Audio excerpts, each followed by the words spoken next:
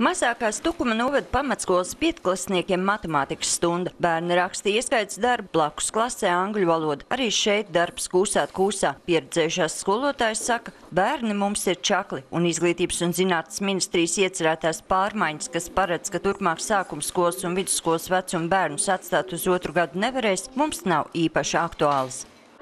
Cik tad šogad ir tādi bērni, kuri kādā klasē mācās atkārtot? Mums ir 3 bērni. Mums 1. klasītē palika 2 bērniņi un 4. klasē 1 bērniņš. Šogad sekmes uzlabojušās arī tiem, kuriem pagājuši gadu neveicās, un tas esot likumsakarīgi, bet cerēt, ka bērns spēs apgūt iekavēto tikai vasaras brīvlaikā, kā to paredz jaunie noteikumi, ir gandrīz tas pats, kā izvilkt lielo laimestu.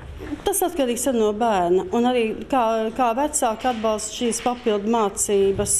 Tā ir trīspusēja sadarbība, tas nav tikai skolotājs.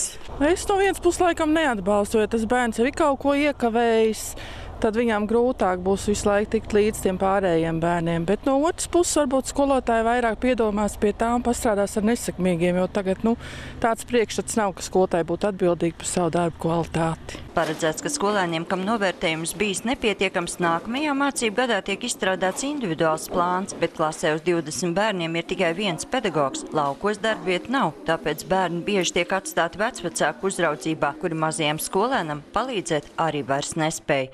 Tieši tāpēc es domāju, ka Izglītības ministrijai vajadzētu domāt, ka lauku skolām mums ir vajadzīgi gan psihologi, gan sociālie pedagogi, logopēdi, kas strādāt ar šiem bērniem, kuriem ir mācību problēmas.